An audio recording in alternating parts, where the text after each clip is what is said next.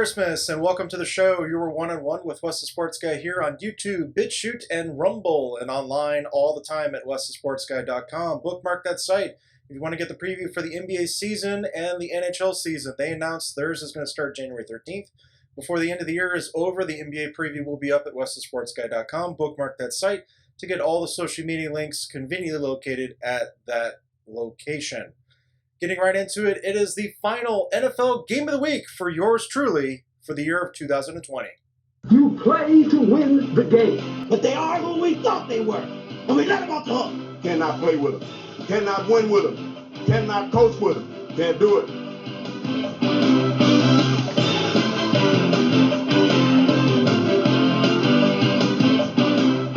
Even though it is not the last week of the NFL season, we are very close. It's week 16, and this matchup will determine the winner of a particular division in the NFC. It is the NFC West division up for grabs between the Los Angeles Rams going to Seattle.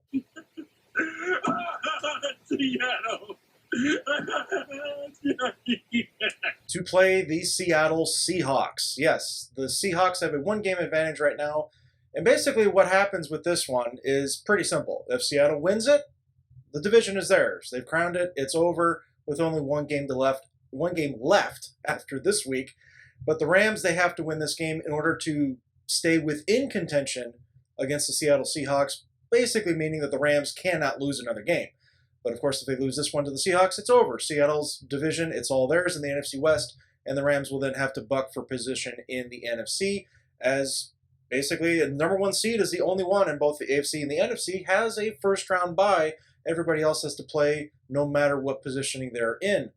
But when you look at with the Rams, they've had a very, let's just say, lackadaisical season. Sure, they've looked good in some games. Let's just say the New England Patriots and that supposed rematch of Super Bowl, a couple years ago between these two franchises, which they were completely different franchises in this game on that Thursday night a few weeks back, as the Rams dominated both defensively and offensively, completely opposite of what they did in that Super Bowl a few years ago. We can talk about that ad nauseum, not going to right now.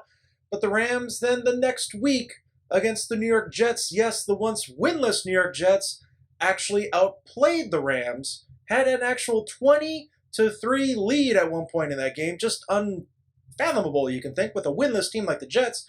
And then in the end, the Jets still managed to win it, regardless of what the Rams did at the end to make it somewhat close. And then you look at the other side with Seattle. It's another team that's kind of had been up and down for the most part of the season. They got off to a really good start. Russell Wilson looked like the shoo-in for the MVP in the NFL with the passing prowess that the team had. They've abandoned what made them a powerhouse for many years in the NFC with the running game, but it became apparent that you need to now win by passing the ball. And Russell Wilson has proved that in years past, but he was on a different level for the first, let's say, 6-7 games of the season is what it was. But the turnovers started to mount. The defense has not been playing great for most of the season. It's starting to pick up play a little bit here in the last few weeks. But even so, the Seahawks and Rams both have their flaws, and they're both pretty much similar to one another. So looking at this matchup, this is essentially the best one for me, in my opinion. This determines who wins this division outright. So if Seattle wins, you got it. You host a playoff game. Not that it really means much this year in the NFL, but the Rams are now going to be fighting for positioning in the back end for a wild card as opposed to getting the division or having a chance at it should Seattle lose another game. I do not believe the Rams have the tiebreaker if they win this game, but if they do, good for them. But Seattle, it's simple for you guys. And you know how I like to praise those that do it in the easiest form and fashion? All you need to do is win the game and you've solidified your division and taking it for yourselves. That's all you got to do. It's very simple, not too hard. Time for the segment that's been entertaining you for almost 3 full years. Do you remember? You remember?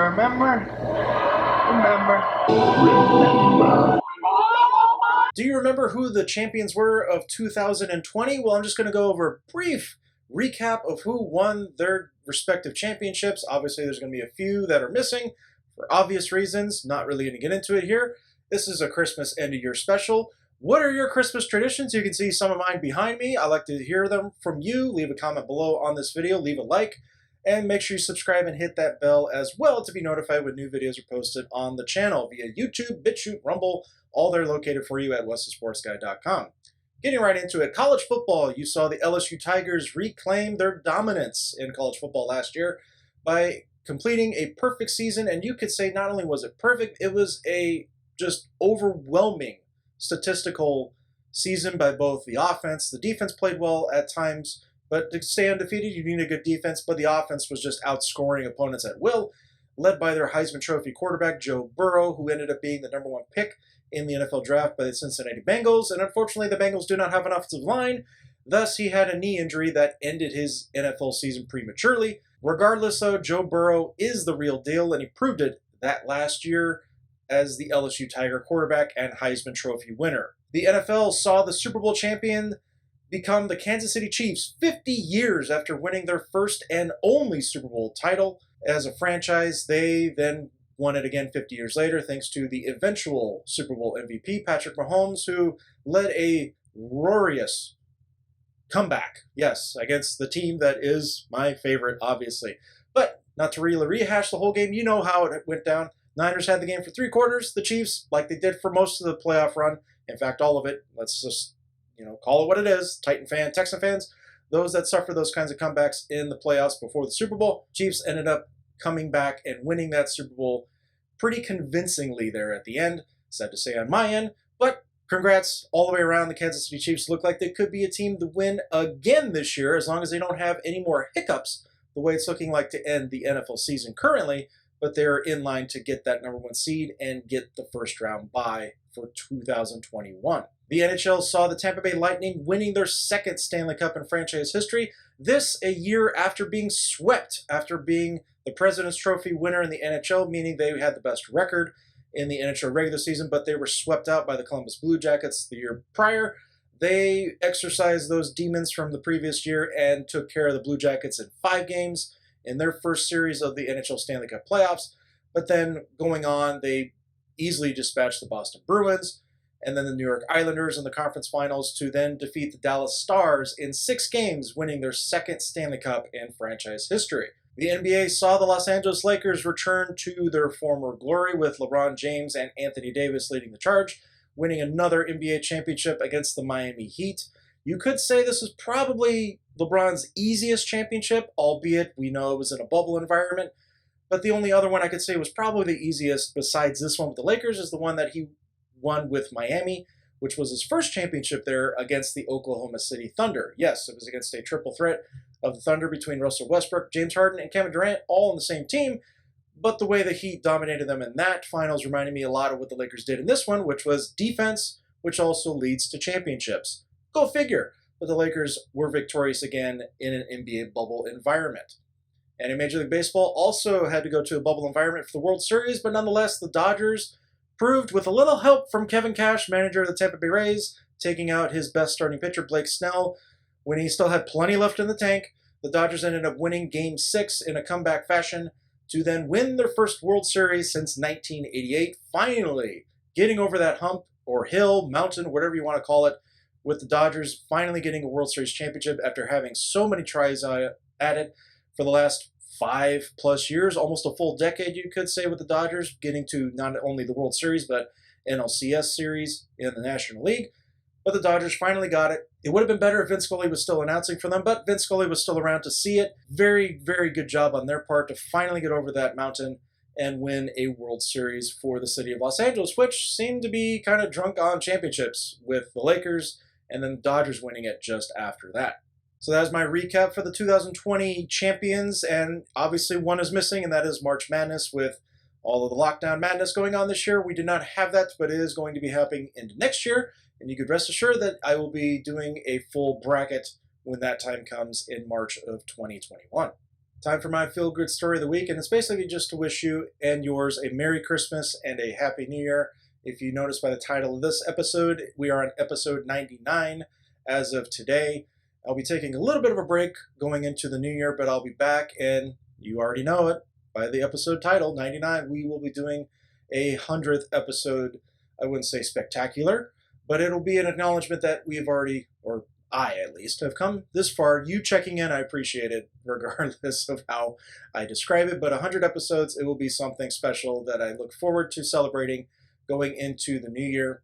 I know this year's been hard for a lot of folks. If you've been following me on social media, you can get the links at westernsportsguy.com. I've been very vocal this month, especially in the last week or two, about helping those that are not in a good position this holiday season, and really, frankly, most of this year. Do as much as you can. Follow me on social media. I will still be proactively supporting those donation efforts going forward into the new year because, like we all would love to have an extra helping hand, even though we don't always ask for it. There are those that are not actively asking for a helping hand, but we graciously want to help as many people as possible. When I highlighted the Barstool Fund, Operation Underground Railroad this year, so there's GoFundMe's out there. Anything else that I haven't mentioned, please let me know. I will share it as much as I possibly can.